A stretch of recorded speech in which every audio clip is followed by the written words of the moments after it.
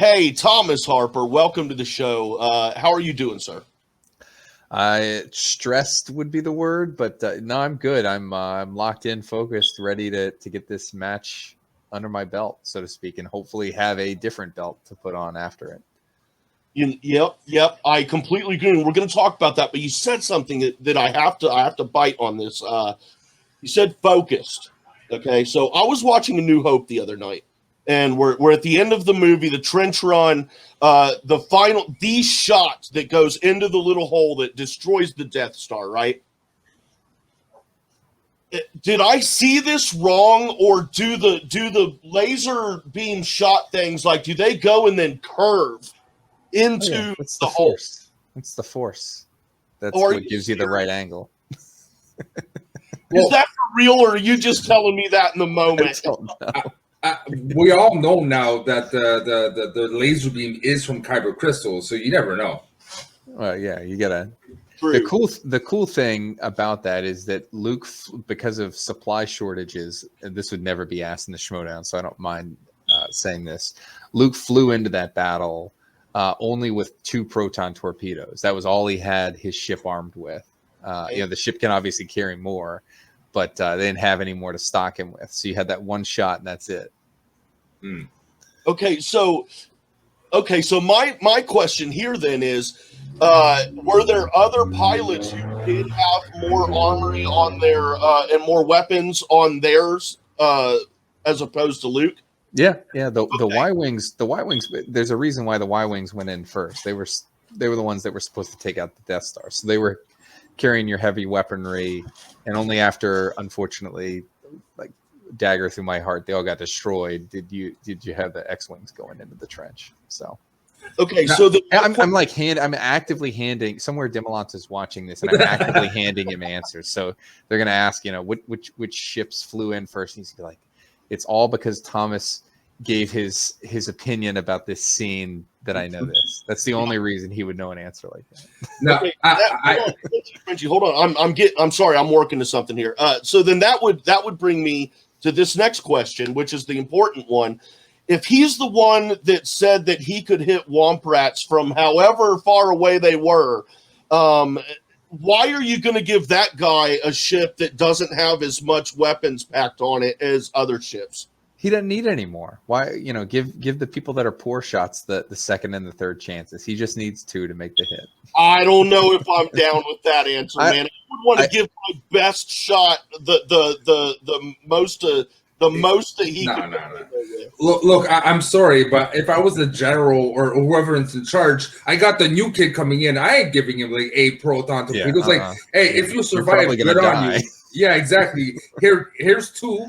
Prove yourself, kid, and you did, right? His buddy vouched for him. I can't. Was it Biggs? Was that his name? Yeah, Biggs. Dude, Biggs. They didn't even trust him to fly the X-wing, much less carry a bunch of munitions in. I can vouch for you. Doesn't mean you'll get more than 2 proton torpedoes. Yeah, that's true. I'd only give you 2, Jay Wade. No, he didn't. Did he know he could use? See, now I'm all lost in the story, and I'm like, you're gonna confuse me. I'm gonna get a New Hope question in this match, and I'm gonna be totally flipped upside down. Let's get on to the big stuff. But before we go on, I did want to ask: would you be an X-wing or Y-wing pilot? Oh, totally a Y-wing pilot. Yeah, totally. A lot more. Totally a Y-wing pilot. That's nothing like against X-wings. It's just there's one superior ship, and it's the Y-wing. But that's a discussion for another day, probably. Hell yeah. Now this match we got coming up. I'm very excited. It drops this coming Friday, and you'll be joining us the day after, so we'll get to talk to you post-match as well. I don't know what to say, man. This is the big match. Everyone, I think, maybe not everyone, but a lot of people were looking at you from before the draft, and the way you present yourself and carry yourself, and your performance up to now. But I expected you to do well, but I didn't think this was going to be your season to even play for the title. I really kind of just thought that the rookies, no matter who they were, that it would take them at least a season to really get to the title level. You've proven that wrong 100%. Shows how much you know of Finstock Exchange and Harper, huh? Oh. Wait, and who was for Finstock Exchange and who drafted Harper without even having his first match? Bunch of shills. I can't say. The history, I guess, definitely history in the Star Wars division. I get very superstitious. Jay Wade, I've been honest with you about this behind the scenes, but I get superstitious leading up to a match like this. And so I haven't dwelled too much on Schmodown history. Certainly the history of the division is just, not favorable for me. I mean, there's been no rookie that's taken this belt. It's the one division where that hasn't happened, I believe.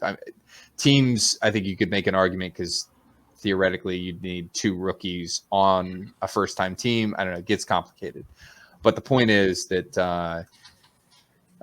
this is the only division where a rookie has not won the belt in their rookie season. So that's against me. I don't like to think too much of that because it's just my skills are what they are. It happens to be my first time playing Schmodown. It's not my first rodeo doing Star Wars trivia, so that doesn't matter a whole lot to me. But then you look at other sort of folks that have come in with a lot of external pressure in terms of expectations and stuff. And Parker is the latest. I mean, Parker is a phenomenal player, and it's taken him until this point, this season, and even this season, he's had minor difficulties that have caused him to have to get back to the top of the mountain. So what I don't want to replicate is that pathway where you've got this heap of external pressure on you. You are playing very well, but in spite of all that, you still slip and miss it because it took. I mean, it's people don't know, but 4 matches, even 3 in a tournament, in an 8-person tournament. It's taxing. It is stressful. It's a lot to play that many matches because I played all 4 of those matches recording wise within 2.5 months of each other. That's like bam, bam, bam, bam, bam, like very, very quickly. And so the prospect of looking at all that and like the cynical side of me, like looks at all of that and says, this could come down to a question or 2. And like all of that work to get to this point is gone. And I have to reset and do it all over again, potentially. That's tough. That's a tough thought. I don't want to have that. That'd be my future. Yeah. And now when it comes to training, obviously you're used to training now, used to doing your research. Again, I joked before, but I can imagine you have like pictures on the wall almost and strings attaching. But for championship, obviously, like it or not, the training's different. Mm-hmm. Does that really add the extra pressure as well, or you're able to deal with that? I think there's 2 aspects of that. One, I'm very, very fortunate that the tournament final was a 5-rounder.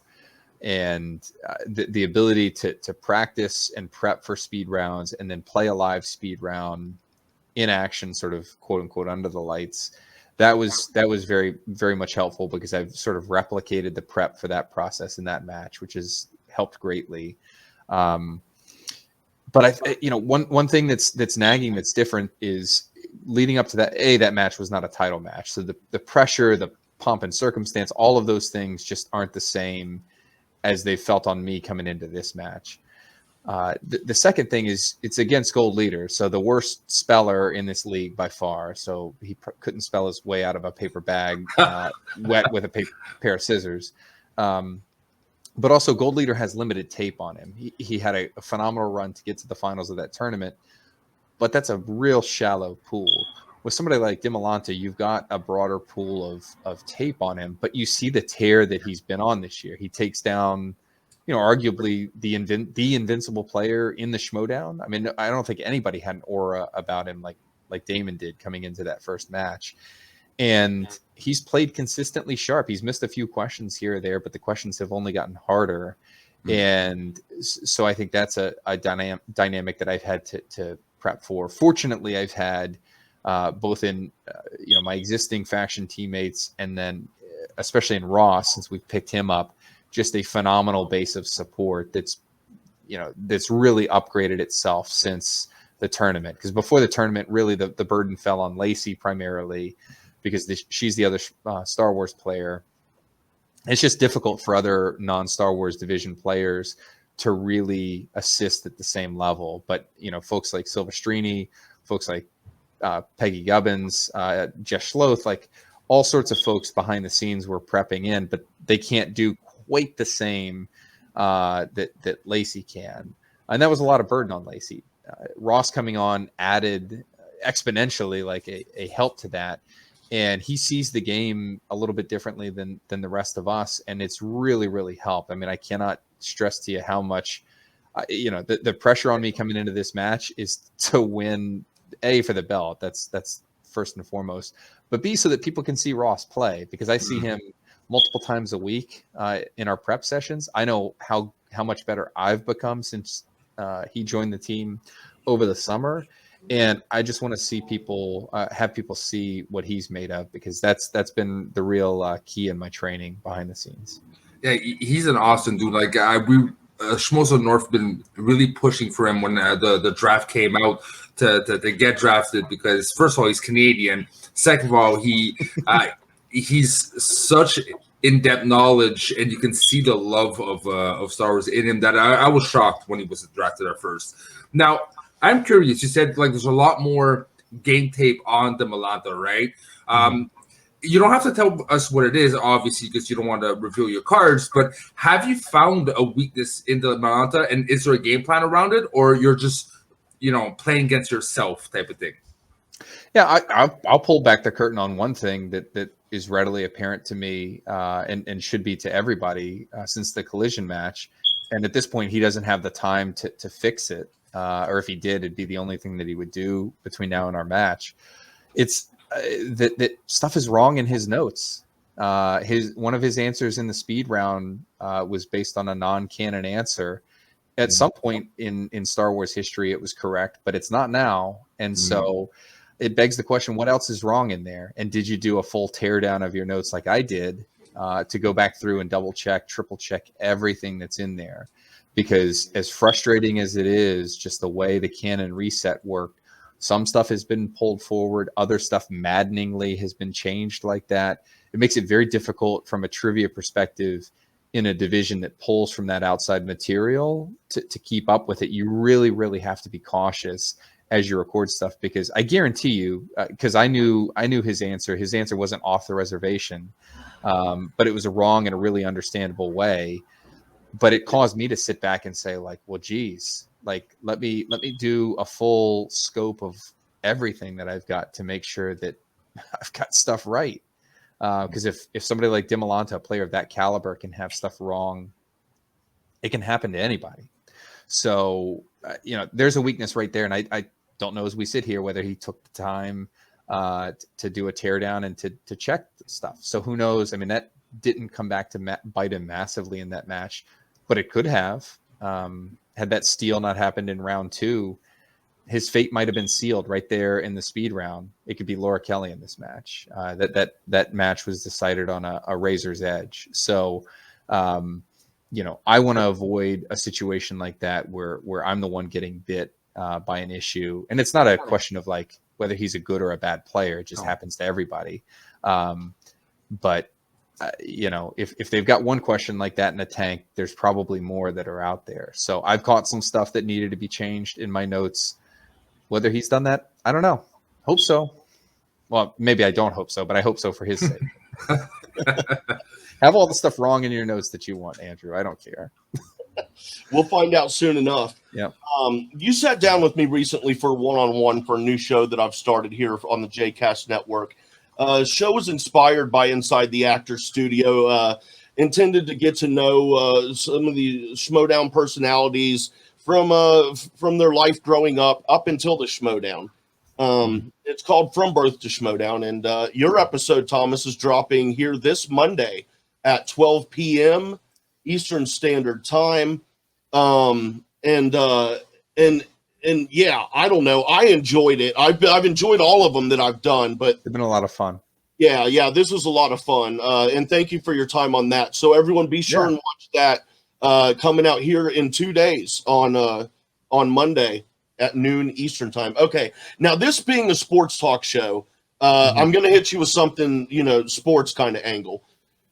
I mean, you got a lot of pressure. We talked to pressure earlier, and it's from not, like you said, for I'm sure you're a competitive person, so there's that pressure. You want to win, you want the title, for your faction. I mean, there are just so many levels, but like other sports, there are always outside influences that can come into factor as well. I'm just curious. If we, the community, have heard rumors and rumblings about a change up in factions next season, possibly coming up, surely the competitors have. And I just want to know if there is a shakeup, and perhaps we have a smaller pool to pull from of players. Do you have any concerns, or is that any kind of a factor in your mind, at least yet, as far as concerning where you might fall, as far as will you stay with the Den? Because, I mean, if they compact the squads, you're cutting down a lot of players. As good as you are, you never know what that Den mother's got going on in her head. Yeah, it's one thing for singles players where you're technically going to have roster spots for 3 single players across the factions. I haven't heard any rumblings that any factions are getting cut per se. We'll see what happens with plans on that front.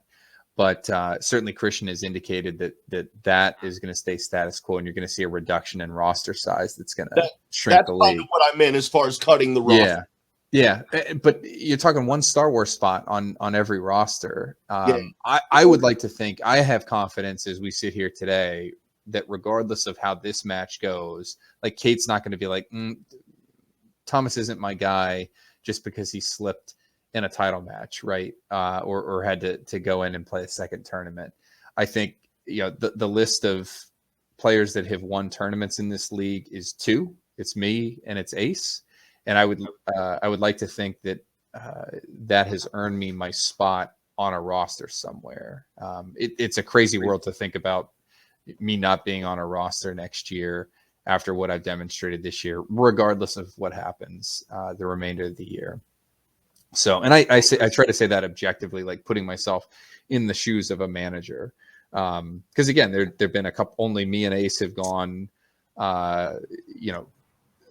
Our first 4 matches with this sort of record, so that's got to count for something. Now we'll see. I mean, if the we saw what happened to Ace coming into this season through no fault of his own, but he has that performance in his title match, and then right or wrong, his stock gets affected, and things shake out the way they are. He's not in this tournament. The season, things just happen. Sort of weirdly that way. I would say if I have a vote, if I have a say or any kind of voice in it, I will stay on the Den. I would like to stay and sort of exist. I would love for the Den to be seen as like the Star Wars squad, like the premier Star Wars squad, even though there's only 1 roster spot for us. I'd love to be the foundation of the team. It doesn't bother me to step into that leadership role a little bit more, and then we build a team and a faction that functions together around that. Frenchie? Yeah, I got that. You know what? Going off of what you said with Ace, he had an X factor, and that X factor was like determination and like that underdog that just doesn't give up. You were a favorite from the beginning, right? So how would you explain? How would you describe your X factor now that we've seen you play now? I'm just hungry. The external pressure, the pressure and expectations of fans really doesn't get at me. I mean, that's all. I'm able to block that out, put blinders on. There are fans in this league that have predetermined back as of the draft, and the same probably goes for Amaru, as folks who were picked above people like Demolanta and Kelly and other folks like that if our season doesn't end with a belt in it, it's a failure. And like, there's nothing that I can do with that. Walking into this match, what are you going to do? Like, you're not going to please those people unless you do the one thing the one lofty goal that they. So that's irrelevant for me. For me, my focus has been on proving the folks like my opponent in this match, who at the start of this season or before the season started said, I don't know, Dragon Con is different. Dragon Con is Star Wars trivia, but it's not the movie trivia schmodown. And like, we'll see if they can compete and know these rules and know how to navigate a match and stuff like that. It's taking, like, that's been a fire under me since the start to be like, did you really think I was going to come in here and not know trivia or not know the rules that this game operates by? Did you think that I was going to step into this league and not be a surgical competitor? And you know, the only way to prove that, or to prove those folks wrong, is to do what I've been doing, which is win convincingly, and come through. And ultimately, you know, I don't think personally winning a belt either makes or breaks that conversation, but I want the belt. I didn't come into this league to lose and to fall short of some goal. It's a shame that I don't get to try to strip it off of Damon. You know, typically beating him is like my Labor Day every year. but no, but that's I set a high standard for myself. I set that standard at excellence, and I'm the toughest person. I'm sort of like Saul.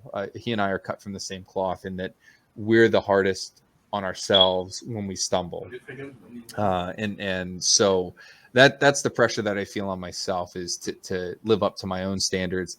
Everything else is just background noise at this point. But and to play devil's advocate, though, Demalanta was right and wrong at the same time, because it was less about Dragon Con so far. Right. Like you're the last of the Dragon Cons. Mario Wilson was good, the Briquette was good, but it went as far as it went. What he didn't take into the consideration is you, not the Dragon Con, but is your personality, your background, your obsessiveness of details and knowing everything, right? Which has nothing to do with Dragon Con. Yeah, I think Dragon Con probably brought that out even more in me because of what it calls for. Because if you go into that competition without that sort of mentality, you're probably not gonna make it to the finals, like the 10 that compete on stage on Sunday every year in that convention. So you might have a decent showing on the quiz, but that's going to be about it. Nobody's going to see your face up on stage. So, but I think he is fair. And I think, you saw Marie stumble with grasping a little bit of some of the more tactical aspects of this game. But I live for that stuff. I'm not going to be beat on brute force knowledge. I'm going to come in and I'm going to wreck you with an artillery strike of factual details from the movies that is just overwhelming there. But I'm also absolutely not going to be beat on knowledge of this game. I don't care if I'm a rookie or if I've been in this league for a few years. My background, my profession, we've talked about this before. Jay Wade, you and I went into great detail about this on the Birth to Schmodown stuff. But knowing the rules better than your opponent and outmaneuvering and outflanking them, that's my background. So my most gleeful moment coming into the season was getting the email with the rule book and being like, all right, let's know it better than everybody else. It shows that we're like-minded in a way, because I was about to transition to say we're seeing more and more competitors going and stepping into the manager par intérim, as we say in French, to fill in, right? Are we going to see eventually the major as a manager from time to time to help out? Seeing folks like Adam Witt and the skill that they have, I think as a manager, you got to know a little bit more than Star Wars. And I think if I stepped into a singles match or, an IG match, or heaven forbid a teams match, I feel like my competitors would think that they were on an island. Like I'd know the rules and be able to call things, but like, the skill that a guy like Witt in his supplemental managing role, or like Sam Levine brings, that starts and ends with their movie knowledge, right? The Schmodown knowledge supplements that. It makes Sam like a deadly manager to have in your corner, but that stuff would all be sort of, the wings there would be clipped, I think, to a degree, if he didn't have the movie knowledge that he does. Well, you see, I think you're selling so short on that, because I personally think it's actually contrary. The rule book knowledge is the most important. And, your competitor has the knowledge. They're specialists in their division. Look at Ty Lieberman. That's what bite him back, bite his butt, right? He did not know the rule book A to Z, and he couldn't challenge or give an argument about the challenge. Mm-hmm. So sometimes knowing A to Z, the rule book, is what you need. And yeah, you might not know everything about the movie on hand of the question, but that's on your competitors, on your player, not on the manager. The manager needs to know what the rules are, though. And I think you got that. Yeah, I will tell you this. There's something to be said about that in this division. I genuinely think that the Damon Dimolanta match might have gone differently had Alex walked into that match, A, expecting a challenge, and B, knowing the lay of the land for how challenges would work this season. Primarily the fact that you get a rebuttal. Because if you go back to February, March, whatever that was, and watch that match, he seems almost surprised that the mic bounces back to him to rebuttal, and it's almost like he's using extra brain power that normally would be reserved for processing Star Wars answers to sit there and come up with a rebuttal. You know, if he's prepped going into that, saying like, "Hey, I've got 15 seconds to give my pushback on Dimolanta's challenge here," maybe he doesn't get thrown off as much. Maybe he pulls that Commander Bly answer just a question later, and who knows where the match goes after that in terms of the questions. But you know, I go back and I watch that match, and I've watched it 2 or 3 times now, and he's like rattled in the moment, and I genuinely don't think he sort of expected that, and I don't know where a better knowledge of the rule book might have helped him on that front. I do want to ask one more question here before we wrap it up. Now, a lot of rookies were not drafted, and you know, you and Marie Wilson, you guys were the lucky ones. Is there anyone that you can think of off the top of your head who was not drafted that you think should have been, but could have contributed or made a difference for a faction, any faction? In our division, in Star Wars? Star Wars, yes. We got him. We got the one. And that's Ross Arsenault. I saw in him in his first FCL match that he had sort of the spark, and it went way beyond the questions that he answered, because honestly, those weren't quite at the MTS level, just where the division is right now. But you saw in how he processed, how he approached the game, that there was something special there. You know, that pickup has been the source of controversy since it happened, and I want nothing more than to win this match against Dimolanta so that we can get a chance to put on public display what I know full well privately, which is that he is one of the deadliest competitors, or will be, in this division. I certainly don't want to face him. But he's brought me a long way. He is razor sharp in his knowledge. He knows this game like the back of his hand. We've had just in-depth, both canon discussion of questions, in-depth discussion of tactical aspects of the game. He's changed my perception and my approach on how I view certain aspects of the game. And I fully expect that all of that will come to bear in my match with Dimolanta. And so he's made me a better player. So to go from sort of where I was in June winning the tournament and to be able to look back and be like, geez, I had some significant gaps in the armor comparatively that have closed up now. That's all due to his hard work since he came aboard. All right, and before we wrap up, I just have to share it because for me it's freaking hilarious and awesome. Like as I told you, Major, I just started a new job, and on the first day when I came into the CEO's office, he had the 3 original movie posters, and I'm like, "You love Star Wars? Go check Schmodown Star Wars, right?" So he went in, start watching matches. Got confirmation today. He texted me because he's on a business trip. He watched like at least 30 matches in a row, and I did not mention you at all. And it's like this guy, the Major, is my favorite. Him, you, and Ace, but he described you as the silent badass. I gotta give you a kickback now, I guess. So apparently you got approval by a multimillionaire. Oh, there we go. There we go. Nice. Hell yeah. And man, good luck in your match. Appreciate it. We can't wait to talk to you next week after the match.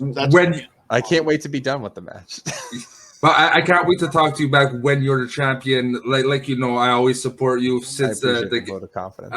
I know you push back the fans say you're always gonna win, but I truly believe you're gonna win.